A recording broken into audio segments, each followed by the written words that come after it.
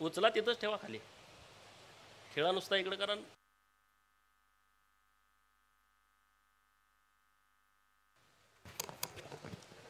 आज जत तालुक्यासाठी एक महत्त्वाचा दिवस आहे, क्रांतिकारी दिवस आहे असं मला वाटतंय. तुम्हाला वाटतंय ना? आज 2017 पासून जत विधानसभा मतदारसंघामध्ये रोजगार हमी योजनेचं काम बंद आहे. आणि जेव्हा मला इथं आमदार म्हणून तुम्ही निवडून दिलं तेव्हा मनापासून वाटत होतं की जतसाठी काहीतरी नव्यानं होणं आवश्यक आहे. आणि मंत्रिमंडळ स्थापन होण्याची वाट बघत होतो. आणि रोजगार हमी खातं कुणाकडं जातं आहे याच्याकडं माझं लक्ष होतं. आणि ते योगायोगानं रायगडचा मावळा छत्रपती शिवाजी महाराजांच्या विचाराचा पाईक भरत शेठ गोगावले साहेबांच्याकडं ते मंत्रिपद गेलं. आणि भरत शेठनं आम्ही बघतोय, तुम्ही बघताय, 2.5 वर्ष हे लोक सगळे तुम्हाला ओळखतायत. त्यामुळं तुमच्याकडेही सगळ्यांचं लक्ष होतं. आणि एक सर्वसामान्य जनतेतला कार्यकर्ता ते नेता मंत्रालयात गेलं तर 5-50 माणसं ज्या आमदाराच्या पाठीमागे नेहमी असतात ते भरत शेठ आता राज्याचे मंत्री झालेले आहेत. आणि त्यांचं मी आपल्या तालुक्याच्या वतीनं जोरदार टाळ्या वाजवून आपण स्वागत करावं अशी तुम्हाला विनंती करतो. या कार्यक्रमासाठी उपस्थित राज्याचे कृषी विभागाचे माजी मंत्री, आपला सर्वांचे सहकारी, ज्यांचा जतला नेहमी येणं जाणं असतं, ते माननीय सदाभाऊ खोत. महाराष्ट्रामध्ये बांबू लागवडीमध्ये ज्यांनी पहिल्यांदा आपली भूमिका घेतली, परत ती देशात गेली आणि आता ती जागतिक लेवलला जाते, असे पाशा पटेल साहेब ते इथं आलेले आहेत. त्यांच्यासाठी आपण जोरदार टाळ्या वाजवून त्यांचं स्वागत करावं. शासन म्हटलं तर प्रशासन पण तितकंच संवेदनशील असावं लागतं. आणि आपल्या जिल्ह्याचे प्रशासनातले प्रमुख माननीय जिल्हाधिकारी अशोक काकडे साहेब हे कालच आपल्या जिल्ह्याचे जिल्हाधिकारी म्हणून हजर झालेले आहेत.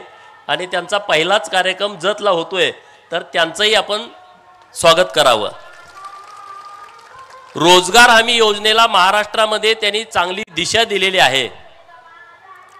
ज्यांच्या नेतृत्वामध्ये रोजगार हमीमध्ये नवीन नवीन बदल होत आहेत असे महासंचालक मिशन मनरेगा माननीय नंदकुमार साहेब हेही आलेले आहेत. त्यांचंही आपण स्वागत करावं. माननीय राजेंद्र शाडे साहेब, राज्य गुण नियंत्रक रोजगार हमी योजना, माननीय निलेश घोगे साहेब, माननीय दीपक शिंदे, माननीय विक्रम गुरव, माननीय अजित कुमार नष्टे, प्रवीण नानोरकर साहेब आज उपस्थित नाहीत. आपल्या संघच्या तहसीलदार मॅडम त्यांच्याकडे चार्ज आहेत, त्या उपस्थित आहेत. आपल्या गट विकास अधिकारी आपले आनंदा लोकरे साहेब, मुक्तेश्वर माडगुळकर साहेब, आपल्या फॉरेटच्या मॅडम आहेत, कुटे मॅडम आहेत, आपले तुकाराम महाराज आहेत. व्यासपीठावरती अनेक सर्व मान्यवर आहेत. तर व्यासपीठावरील सगळ्यांची नावं घेण्यात वेळ घालवत नाही, त्यांचंही मनापासून स्वागत आहे. पत्रकार मित्र आहेत आणि तुम्ही सगळेजण इतक्या मोठ्या संख्येनं माननीय भरत शेठना ऐकण्यासाठी, ही घोषणा काय होते हे बघायलासाठी, होतंय की नाही होतंय की नाही होतंय की नाही अशा शंका तुमच्या मनामध्ये होता. तर सगळ्या गावचे सरपंच, उपसरपंच आणि सगळे प्रमुख कार्यकर्ते या कार्यक्रमासाठी उपस्थित आहेत. तुमचं सगळ्यांचं मी मनापासून स्वागत करतो. भरत शेठ राज्यातला हा सगळ्यात मोठा क्षेत्रफळानं असणारा तालुका आहे. आणि 18 विश्व दारिद्र्य निसर्गानं सातत्यानं अन्याय केला आणि निसर्गापेक्षा राजकर्त्यांनी मोठा अन्याय जतवरती केला. बरोबर ना? हे काय प्रचाराची सभा नाही, पण मी आपलं खरं सांगायला लागलोय शेठजींना. कारण जेव्हा जेव्हा या महाराष्ट्रामध्ये सत्ता आली आणि त्या सत्तेमध्ये सांगली जिल्ह्यामधले 4-4, 3-3 कॅबिनेट मंत्री असायचे. म्हणजे महाराष्ट्राचं मंत्रिमंडळ म्हणजे आताच असेल की कुणी मंत्री नाही, मागे सदाभाऊ होते. परंतु जेव्हा जेव्हा राष्ट्रवादी आणि काँग्रेसचं सरकार आलं तेव्हा सत्तेमध्ये जिल्ह्यातले 3-3 कॅबिनेट मंत्री होते. 25 वर्ष भाषणं सुरूच आहेत, जतला पाणी देणार, प्रत्येक निवडणुकीला पाणी देणार, पाणी देणार, पाणी देणार. परंतु ज्या क्षमतेनं पाणी येणं आवश्यक होतं त्या क्षमतेनं आलं नाही। 5 वर्षात 5 मीटर 7 मीटर 10 मीटर काम झालं, याच्या पलीकडे झालं नाही। 2014ला देवाभाऊ राज्याचे मुख्यमंत्री झाले आणि नुसतं जतला नाही, नुसतं आटपाडीला नाही, कवटेमंकाळ सांगोल्याला नाही, तर अख्ख्या महाराष्ट्रातल्या ज्या योजना आहेत जिथं दुष्काळ आहे अशा असंख्य योजनांना जवळपास 50,000 कोटी रुपये एकाच वेळेस देवाभाऊ राज्याचे मुख्यमंत्री असताना मिळाले। आणि त्याचाच भाग म्हणून या तालुक्यातल्या 60 गावांना म्हैसाळ योजनेचं पाणी आत्ता सध्या आलेलं आहे, आता आवर्तन सुरू आहे। अजून 65 गावं अशी आहेत की ज्या गावामध्ये आत्ताही पिण्याला पाणी नाही, जनावराला चारा नाही, शेतीच्या पाण्याचा अजून प्रश्नच नाही। आज सगळीकडे पाऊस पडला, परंतु जत तालुक्यामधली आत्ता काही गावं आहेत, मी गावात फिरायला गेल्यानंतर म्हणले की आमची टँकरची मागणी आहे, BDO साहेबांना सांगा, आमची टँकरची मागणी आहे, तहसीलदार साहेबांना सांगा। परंतु या कामासाठी देवाभाऊ आणि एकनाथ शिंदे साहेबांनी 2000 कोटी रुपये उपलब्ध करून दिले। आणि सगळ्या तालुक्यातल्या लोकांना माझं सांगणं आहे की डिसेंबर महिन्यापर्यंत मुख्य पाईपलाईनचं काम पूर्ण होण्याची तयारी हे सरकार आणि प्रशासनाच्या माध्यमातून सुरू आहे। 1.5 वर्षाच्या आतमध्ये सगळ्या गावात पाणी जावं अशी एक योजना राज्य सरकारच्या माध्यमातून सुरू आहे, त्यामुळे त्याची तुम्ही चिंता करू नका। मग आता करायचं काय? गावात गेलं तर लोक म्हणतात शेताला जायला रस्ता नाही, पानंद रस्ता नाही, सिवेचा रस्ता नाही, भावाभावाचा वाद चाललाय, वाटणी झाली नाही, ग्रामपंचायतीची निवडणूक झाली, चला काट्या टाकल्या, आमदारकीची निवडणूक झाली, दगडं टाकली, पंचायत समिती जिल्हा परिषदेची निवडणूक झाली, JCBनं सगळं चारी काढून टाकली, वाट बंद, कुणी तिकडे जायचं नाही। परत 4-6 महिने आमचे त्यातच जात आहेत, बरोबर ना? ही पहिली निवडणूक जतसाठी असेल की वाद नाही। आमदार झाल्यानंतर आपण कुणाचा वाद केलाय का? आम्हाला तुम्ही मतदान दिलं नाही, तुमची वाट बंद नाही, ते आम्हाला करायचं नाही। आम्हाला ज्यांनी आम्हाला मदत केली आहे त्यांनाही वाट दिली पाहिजे, ज्यांनी आम्हाला टोकाचा विरोध केलाय त्यांच्या घराला पहिली वाट झाली पाहिजे, ही भावना आमची आहे। आणि म्हणून भरत शेठ इकडे आलेले आहेत। भरत शेठ पण असा मोकळा ढाकळा माणूस आहे। अरे तुम्ही वाट सोडा ना, भरत शेठनं 2.5 वर्ष मंत्रीपद सोडलं, बरोबर ना? बोलत बोलत मंत्रीपद सोडलं, त्यांचं मंत्रीपद फायनल होतं। ते म्हणले पुढच्या आठवड्यात विस्तार आहे। भरत शेठ म्हणले चला तुम्ही करा, पुढच्या आठवड्यात मी होतो। पुढच्या आठवड्यात म्हणजे 2.5 वर्ष गेले, पण भरत शेठनी संयम राखला। भरत शेठ तुमचा जो स्वभाव आहे ना मोकळा ढाकळा, तुम्ही टीव्हीवरती बोलता, लोक म्हणतात अरे लयच मोकळ्या मनाचा माणूस आहे। अरे म्हणून म्हटलं मी तर सदाभाऊनी मी त्यांना गाठलंय त्यासाठी, हा मोकळ्या मनाचा माणूस आहे, तो जतला काहीतरी करू शकतो आणि म्हणून हा आजचा कार्यक्रम त्यांच्या माध्यमातून होतोय। जत मधली परिस्थिती काय आहे? जवळपास सांगली जिल्ह्यातल्या 30% भागात जतचा आहे क्षेत्रफळानं। या तालुक्यामध्ये ज्या पद्धतीनं विकास कामं होण्याची आवश्यकता होती त्या पद्धतीनं झाली नाहीत। आता आपल्याला रडायचं नाही, आपल्याला काम करावं लागेल। लोकांनी संधी दिली आहे, लोकांनी सरकार निवडून दिलंय, तर आता मागं काय झालंय याच्याशी आमचं देणं घेणं नाही, पण वर्तमान काळात काय करायचं आहे आणि भविष्य काळाची योजना काय आहे हे आमच्या हातामध्ये आहे। आणि म्हणून आजचा दिवस जो वर्तमान काळ आहे, या दिवशी माननीय मंत्री महोदयांच्याकडे माझी मागणी आहे की हा जत तालुका राज्याला दिशा देऊ शकतो। शेवटचा क्रमांक आहे 288 विधानसभा, आणि ह्या 288 विधानसभा क्रमांक महाराष्ट्राला एक रोजगार हमीमध्ये दिशा देऊ शकतो। ती दिशा देण्याची प्रचंड क्षमता ही जत तालुक्याच्या मायबाप जनतेमध्ये आहे की नाही? शब्द द्या तुम्ही साहेबांना, करू शकता ना व्यवस्थित काम? जर साहेबांनी घोषणा केली जत तालुक्याची, तर गावात वाद विवाद न करता, पार्टिशन न करता, तक्रारी न करता तुम्ही काम करू शकता का? कुणाला वाटतंय हात वर करा? ज्यांना ज्यांना हात आहेत त्यांनी हात वर करायला काय अडचण नाही, करू शकता ना? का उद्या घोषणा केली का गावात भांडणं, असं झालं तसं झालं? माझी तुम्हाला विनंती आहे हात जोडून, जर जत तालुक्यासाठी काय करायचं असलं ना, हा माणूस करू शकतो। 70% काम जत तालुक्याच्या विकासाचं त्यांच्या खात्यामध्ये तेवढी शक्ती आहे, त्यांच्या खात्याला तेवढे अधिकार आहेत। आणि म्हणून माझी तुम्हाला सगळ्याला विनंती आहे, गट तट पक्ष पार्ट्या बाजूला सोडून आपण भावकीचं भावाभावाचं राजकारण, गटातटाचं राजकारण बाजूला ठेवून आपण रोजगार हमीसाठी सगळ्यांनी एकत्रित आलं पाहिजे आणि हे काम हातामध्ये घेतलं पाहिजे। किती कामं होऊ शकतात रोजगार हमीमधून? त्या कामाची यादी आणली आहे। त्या खात्याच्या सगळ्या प्रमुखांना माझी विनंती आहे, मंत्री महोदय तर त्यांना सूचना देतील। मत्स्य विभागाकडे 3 योजना आहेत, वन विभाग आणि कृषी विभाग यांच्याकडे काही योजना आहेत, लघु सिंचन जिल्हा परिषद यांच्याकडे 29 योजना आहेत, लघु सिंचन जिल्हा परिषद आणि जलसंपदा यांच्याकडे 3 योजना आहेत, येणे बिगर कृषी 11 योजना, सार्वजनिक बांधकामकडे 3 योजना, रेशीम उद्योग विभाग त्यांच्याकडे 2 योजना, सोशल वनीकरण सामाजिक वनीकरण यांच्याकडे 41 योजना आहेत, स्टेट कृषी विभाग यांच्याकडे 77 योजना, जलसंधारण विभाग यांच्याकडे 4 योजना आहेत, ग्रामपंचायत विभागाकडे 43 योजना आहेत वैयक्तिक लाभाच्या आणि सार्वजनिक, आणि पंचायत समिती जिल्हा परिषद यांच्याकडे 43 योजना। अशा एकूण 260 वेगवेगळे कार्यक्रम तुम्ही करू शकता या योजनेतून। वैयक्तिक लाभाचे आणि सार्वजनिक लाभाचे 260 योजना आहेत। पण दुर्दैव एवढा आहे की माझ्या जत तालुक्यामध्ये कृषी विभागाकडून 133 कामांची संख्या आत्ता मंजूर, त्याच्यावरती 563 मजूर काम करतायत, घरकुल 102 आहेत मंजूर झालेले, फिरी आहेत 9 आणि गोटा आहे 1। मला भरत शेठना विनंती करायची आहे की ही परिस्थिती आमच्या तालुक्यातली बदलली पाहिजे। मागेल त्याला फिर, मागेल त्याला गोटा, ज्या ज्या वैयक्तिक लाभाच्या योजना आहेत त्या जत तालुक्यातल्या मागेल त्या व्यक्तीला लागू झाली पाहिजे आणि तशा पद्धतीचे निर्देश, तशा पद्धतीचे आदेश तुम्ही प्रशासनाला द्यावेत आणि तशा पद्धतीची घोषणा करावी। दुसरी माझी विनंती आहे, 5/12/2024 ला एक महाराष्ट्र शासनाने पत्र काढलंय, नंदकुमार साहेब पण इथं आहेत, आणि त्यामध्ये असं म्हणलंय की राज्यात महात्मा गांधी राष्ट्रीय ग्रामीण रोजगार हमी योजना अंतर्गत घेण्यात आलेल्या कामापैकी मोठ्या प्रमाणात कामे अद्याप अपूर्ण आहेत। ही बाब केंद्र शासनाने 14/11/2024 रोजी घेतलेल्या मासिक आढावा बैठक अधोरेखित केलेली आहे।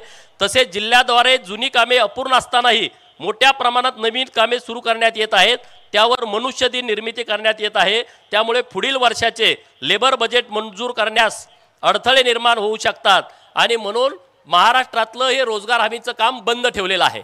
माझी विनंती आहे की हे जे पत्र निघालेलं आहे त्यामुळे रोजगार हमीला कामच करता येत नाहीत, तर हा आदेश आपण पहिल्यांदा मागे घ्यावा आणि जतमध्ये कामं सुरू करण्याच्या दृष्टिकोनातून आपण आदेश द्यावेत, अशी एक विनंती मला आपल्या या माध्यमातून मंत्री महोदय साहेबांच्याकडे करायची आहे। तर जत तालुक्यामध्ये आम्ही शब्द देतो जनतेच्या वतीनं की या योजनेमध्ये अत्यंत पारदर्शकता राहील। पत्रकार मित्र मोठ्या संख्येने इथे उपस्थित आहेत, त्यांची मदत आम्हाला खूप मोठी लागणार आहे या सगळ्या बाबींमध्ये, किंवा बाकीचे काही सामाजिक कार्यकर्ते असतील त्यांची मदत लागणार आहे। आपल्याला हे काम जोमानं करायचं आहे आणि जत तालुक्यातली जर परिस्थिती बदलायची असेल, आता ऊसतोड मजूर 35,000 ऊस तोडीला जातात, कसं थांबवणार आहे तुम्ही? नंदकुमार साहेब आणि त्यांच्या टीमनं पालघर जिल्ह्यामधलं एक गाव आहे आणि तिकडे चंद्रपूरला एक गाव आहे, त्या गावातलं असं स्थलांतर होतं। मी त्यांच्याकडे जेव्हा गोगावले साहेबांच्याकडे बैठकीला गेलो तेव्हा त्यांनी 2-2 तासाच्या बैठका घेतल्या, तर ते आदिवासी पाडा असणारं गाव जे पूर्ण वेळ स्थलांतरित व्हायचं, तिथला एक शिक्षक, हे शिक्षण विभागाच्या लक्षात आलं की गावात मुलं शाळेत काय येत नाहीत, तेव्हा तिथल्या शिक्षण अधिकाऱ्यांनी सांगितलं की तुम्हाला आम्ही सस्पेंड करू, तुम्ही हे काम नीट करत नाही। अरे ते गावात आई वडील राहायला नाहीत, त्यांची मुलं तिथं नाहीत, तर ते शाळेत कसे येणार? मग त्या शिक्षकाच्या डोक्यात कल्पना आली की गावातलं स्थलांतर थांबलं तरच मुलं गावात राहू शकतात, आणि मग त्यांनी रोजगार हमी योजनेचा आधार घेतला आणि आज त्या गावातला एकही माणूस स्थलांतरित नाही, सगळी लोक गावात राहतात आणि ते लखपती झालेले आहेत। हे पिक्चरची स्टोरी मी तुम्हाला सांगत नाही, हे भरत शेठ गोगावले साहेब एवढ्या लांबनं रायगडवरून आले, ते तुम्हाला कुठली स्टोरी सांगण्यासाठी आलेले नाहीत, ह्या खऱ्या हकीकती आहेत, ह्या गोष्टी खऱ्या घडलेत। आज पूर्व भागात गेल्यानंतर गावाच्या गावं बंद आहेत, तिथं आजी आहे, तिथं आजोबा आहे, कुणी नाही, त्या गावातली मुलं स्वतः कुलाळवाडी नावाचं गाव आहे साहेब, तिथल्या एका शिक्षकानं आमच्या तिथली सगळी लोक ऊसतोडीला जात आहेत, तर शाळेतल्या सगळ्या मुलांना भाकरी करायला शिकवलंय। महाराष्ट्रात आणि देशामध्ये त्याची दखल घेतली की सगळी मुलं स्वयंपाक करतात, कारण घरी आई नाही, वडील नाही, म्हातारी माणसं घरी आहेत, सगळे ऊसतोडीला 8 महिने जातात। बाकीचे राहिलेली तरुण पोरं जी शिकलेली आहेत ते पुण्या मुंबईला जातात, ते पिंपरी चिंचवडला जातात, ते भोसरीला जातात, ते सांगलीच्या MIDC मध्ये जातात, ते फळ विक्री करण्यासाठी जातात, कर्नाटक टच असल्यामुळं विजापूर, हुबळी, धारवाड, बेळगाव, बेंगलोरपर्यंत जातात, गोव्यापर्यंत पोरं कामाला जातात 10,000 12,000 रुपयांमध्ये. आणि म्हणून आम्हाला आमच्या तालुक्यामध्ये बदल हवा आहे. आमच्या तालुक्यातला प्रत्येक माणूस हा रोजगार हमीच्या योजनेमधून लखपती झाला पाहिजे, ही आमची मनापासूनची भावना आहे, ही आमची मनापासूनची इच्छा आहे. आणि हे होऊ शकतं तुम्ही जर सगळ्यांनी मनात आणलं तर. गावात तुम्ही सगळ्यांनी डोकं ठेवा, एकटं काय दापायच्या भानगडीत पडू नका, तसं काय होणार नाही. माझी सगळ्याला विनंती आहे. योजना ह्यामुळे बंद पडतात. तुम्ही म्हणणार मी सरपंच आहे, मी सगळं, नो, असलं काही होणार नाही. त्याच्या पाठीमागं आम्ही अजिबात नाही. तो माझ्या जवळच्या गाडीत फिरणारा असला तरी. योजना आपल्याला राबवायची आहे, त्याला गालबोट लावायचं नाही. भरत शेठच्या खात्याचं नाव झालं पाहिजे आणि आपल्या तालुक्याचं काम झालं पाहिजे. देवाभाऊंच्याकडे आपला रिपोर्ट गेला पाहिजे, एकनाथ शिंदे साहेबांच्याकडे रिपोर्ट गेला पाहिजे की जतमध्ये आम्ही काम केलं आहे. यासाठी आपल्याला काम करायचं आहे. कुणाची घरं भरण्यासाठी आम्हाला काम करायचं नाही. आम्हाला लोकांच्या जीवनामध्ये आमूलाग्र बदल व्हावा, त्याचा आर्थिक स्तर बदलावा, त्याचा सामाजिक स्तर बदलावा, त्याला समाजामध्ये मान्यता मिळावी, त्याला सन्मान मिळावा, यासाठी योजनेच्या माध्यमातून आपल्याला काम करायचं आहे. त्यासाठीची ही योजना आहे. आणि त्यामुळे योजनेच्या बाबतीमध्ये अधिकारी महोदयांना पण माझी विनंती आहे, हात जोडून विनंती आहे की हे काम करण्यासारखं आहे आणि सगळ्या खात्याची जबाबदारी आहे. टाळाटाळ करू नका. अधिकारी का घाबरतात साहेब? कुठल्या तरी गावात एखादं काम चालू झालं तर कोणतरी येतो माहितीचा अधिकार टाकतो, कोणतरी येतो मग तक्रार करतो आणि मग वरचे अधिकारी हातवर करतात, खालचा अधिकारी अडचणीत येतो. म्हणून मला तुम्हाला विनंती करायची आहे, जो अधिकारी चांगलं काम करतोय, ताकदीनं काम करतोय, ते निष्कलंक काम आहे, त्या अधिकाऱ्याच्या पाठीशी सरकारनं ठामपणे राहिलं पाहिजे.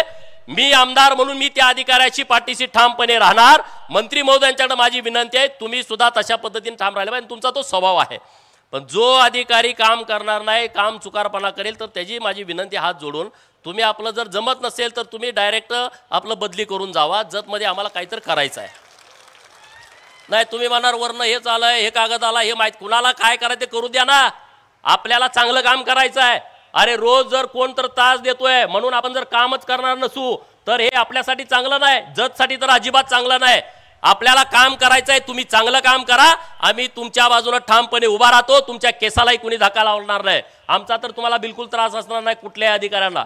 तुम्ही काम करा, आम्ही तुमच्या पाठीमागे उभा राहतो. आणि आता आमच्याकडे अधिकाऱ्यांची चांगली टीम आहे, एकदम बेस्ट अधिकारी आहेत आमच्या तालुक्याला. नाही जतला म्हणजे शिक्षा, एखादा शिक्षक चुकला टाका जतला, एखादा ग्रामसेवक चुकला टाका जतला, एखादा कुठला तलाठी अण्णासाहेब चुकला टाका जतला. अहो हे प्रांत अधिकारी येतच नाही तिकडे, हातापाया पडून आले. चला म्हणलं इकडं काय नाही, तुम्हाला काय त्रास होणार नाही. बरोबर ना बीडीओ साहेब? काय त्रास आहे माझा तुम्हाला? अधिकाऱ्यांना कुणाला त्रास नाही, व्यवस्थित आहे, काही चिंता करू नका. आता एवढी मोठी योजनेची घोषणा होतीये तर तुम्हीच करू शकता. आम्ही काय करू शकतो? पाठबळ देऊ शकतो. आम्ही काय करू शकतो? गावात कुठं वाद झाला, मी जाऊन त्याच्या पाया पडतो, सरपंचाच्या, त्या उपसरपंचाच्या पाया पडतो. जो माझ्या विरोधी गटाचा प्रमुख आहे तो अडचण आणायला लागला, त्याच्या घरी जाऊन बसतो, त्याचा हात पाय धरतो. बाबा गावाचा विकास होतोय, तू अडचण येऊ देऊ नको. मला तुम्ही कुणाच्याही दारात सांगा, कुणाचाही पाय धरायला सांगा ह्या योजनेसाठी, मी त्याचं पाय धरायला तयार आहे. पण ही योजना आपण सक्सेस करूया, याच्याशिवाय दुसरा पर्याय तुम्हाला नाही. माझी तुम्हाला हात जोडून विनंती आहे. अरे ऑफिसला बसलो, 10 लोक भेटली का 6 लोक म्हणतायत तहसीलदार साहेबाला फोन लावा. काय वाट अडवल्या, केस सुरू आहे.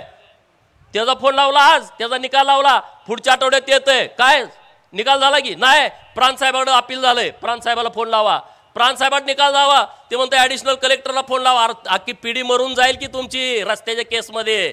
परत तिकडे झाला का परत ती कोर्टात जातंय, सिव्हिल परत जातंय सेशन कोर्ट, मग हायकोर्ट, मग सुप्रीम कोर्ट. 2 पिढ्या मरून जातील एका वाटेमध्ये. हा एकमेव भरत शेठचा पर्याय आहे, हा रामबाण उपाय आहे. ही चुन्याची गोळी आहे, ऑपरेशन करायला लागत नाही, लगेच रस्ता होतोय. ह्या योजनेचा तुम्ही लाभ घ्या. अरे विहीर काढायला आयुष्य जातं माणसाचं. ज्यांनी विहीर काढायला कर्ज घेतलं ना त्याला 2 एकर जमीन विकायला लागली आहे. अरे रोजगार हमी योजना एक अशी आहे, 3 लाखाचं 4 केलं, 4चं 5 केलं, 5 लाख रुपये तुम्हाला विहिरीला आहे. आणि दुर्दैव एकच विहीर मंजूर आहे. कुणाकुणाला इथं विहीर पाहिजे बघा साहेब. पण आता विहिरीसाठी 5 एकराची अट तुम्ही बाजूला केली आहे, पण पाशाबाई तुमच्या बांबू लागवडीसाठी 5 एकराची अट आहे. आणि माझ्या तालुक्यातली अडचण अशी आहे, 80,000 सभासद आहेत, खातेदार, आणि 2,85,000 हेक्टर क्षेत्र आहे. सगळे 3-4 हेक्टरच्या वरच आहेत. 5 एकरच्या आतला गडीच जत तालुक्यामध्ये नाही. तुमची योजना लागू कशी होणार? बरोबर ना? 15 एकर, 20 एकर, 25 एकर म्हणून पाशाबाई तुमचा केंद्राचा विषय आहे, पण जत तालुक्यासाठी शिथिलता ठेवा आणि 5 एकराची अट बांबू लागवडीसाठी तुम्ही खुली करून टाका, नाहीतर बांबू लागणार नाही इथं.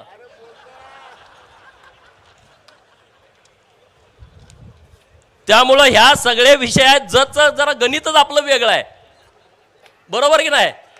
आता 5 एकराची अट रोजगार हमीची ती अट रद्द केली. दुसरी एक अट रद्द केली, 500 मीटरची अट होती, ती पण रद्द झालेली आहे.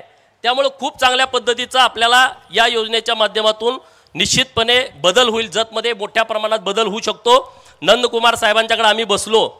भरत शेठ साहेबांनी त्यांना जेव्हा सांगितलं, नंदकुमार साहेब, त्यांची टीम, राजेंद्र शाडे साहेब, गुगे साहेब, तर त्यांनी खूप चांगल्या पद्धतीने ह्या योजनेचं व्यवस्थितपणे मला पण माहिती दिली. आज आपल्याकडे 57,000 जॉब कार्ड आहेत. किती? 57,000 जॉब कार्ड आहेत. आणि त्यांचं म्हणणं की 50,000 वर्षाला आम्ही खर्च करू शकतो एका जॉब कार्डवरती. आणि ते आता भाषणात काय बोलले मला माहीत नाही, पण ते म्हणले जर जत तालुक्यासाठी आम्ही त्याची आता 70,000पर्यंत नेऊ शकतो.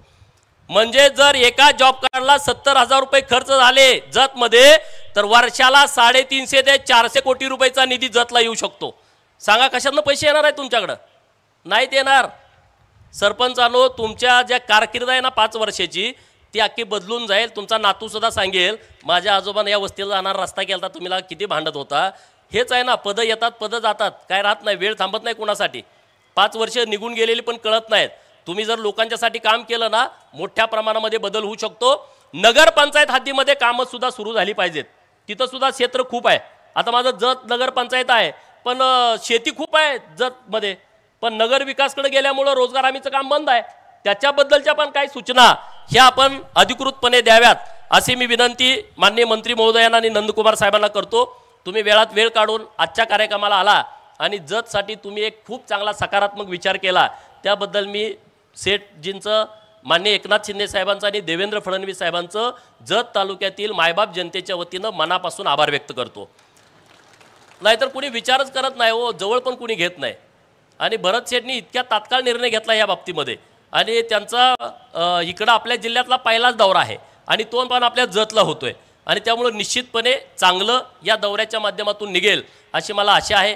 कलेक्टर साहेबांचा पण आज पहिलाच दौरा आहे, पहिलाच कार्यक्रम आहे आणि कलेक्टर साहेबांच्या हातामध्ये पण फार मोठ्या गोष्टी आहेत. जिल्हा परिषदच्या CO मॅडम असतील, आपल्या रोजगार हमीचे शिंदे साहेब असतील किंवा अन्य अधिकारी असतील, त्या सगळ्यांच्या हातामध्ये सकारात्मकपणे ही योजना पुढे नेण्याची शक्ती आहे, अधिकार आहेत. ते सगळे अधिकार त्यांनी वापरावेत. आम्ही पत्रकार मित्र, आम्ही माहिती अधिकारवाले पण सगळे आमच्यासोबत आहेत, काही चिंता करू नका. त्यांनाही माझी विनंती आहे, सगळ्यांना त्यांनाही भेटतो. आपल्याला काम करण्याच्या हेतूनं जे काही करावं लागेल ते सगळी करण्याची माझी तयारी आहे. लोकप्रतिनिधी म्हणून माझी ती जबाबदारी आहे, माझं कर्तव्य आहे आणि माझं ते काम आहे. मी कुणावरती उपकार करतोय अशातला भाग नाही. की जतमध्ये इतकं काम करण्याची क्षमता आहे, कुणी केलं नाही ते काम आपण येत्या काळामध्ये करूया, एवढंच.